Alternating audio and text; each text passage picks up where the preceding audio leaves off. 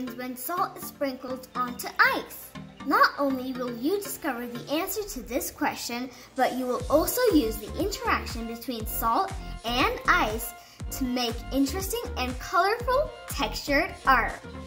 For this icy experiment, you will need a bowl full of ice cubes, salt, watercolors, and a paintbrush. First, sprinkle salt onto the ice cubes in the bowl. Whoa! Wait a few moments. Watch how the salt melts tiny tunnels into the ice. You can see the salt kind of disappearing, and you can kind of see the texture, can't you? Use a paintbrush to color the ice cubes with watercolors.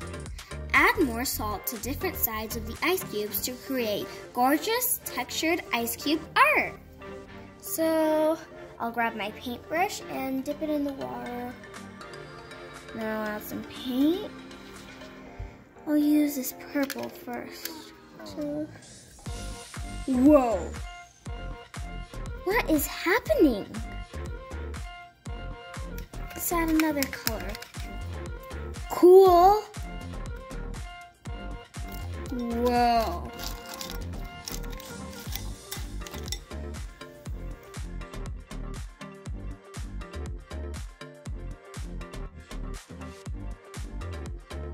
Let me take just one and color it. Let's see what happens. Maybe add just a little bit more salt.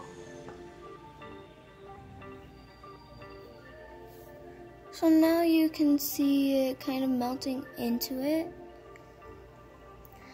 Now to paint.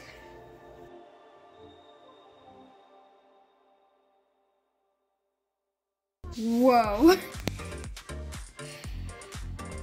You can also freeze water in a large plastic storage container or large Ziploc baggies to get a bigger canvas.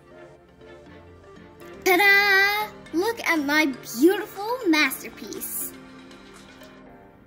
Under normal conditions, ice melts at 32 degrees Fahrenheit. However, when salt is added, it lowers the freezing point of the water and helps keep it from refreezing.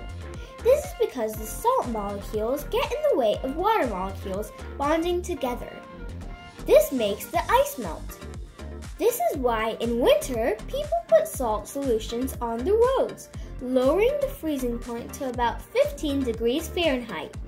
In the experiment, we sprinkled some salt onto the ice, and those tiny grains of salt melt tunnels and tracks into the ice.